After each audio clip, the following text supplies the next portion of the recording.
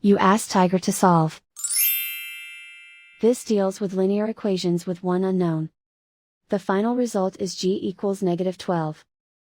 Let's solve it step by step. Group all constants on the right side of the equation. Subtract 15 from both sides. Group like terms. Simplify the arithmetic.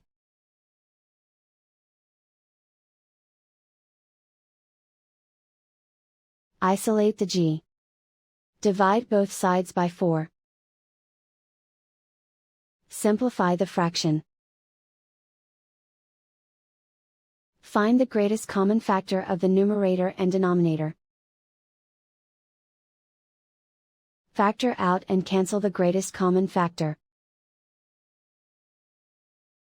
And so the final result is g equals -12.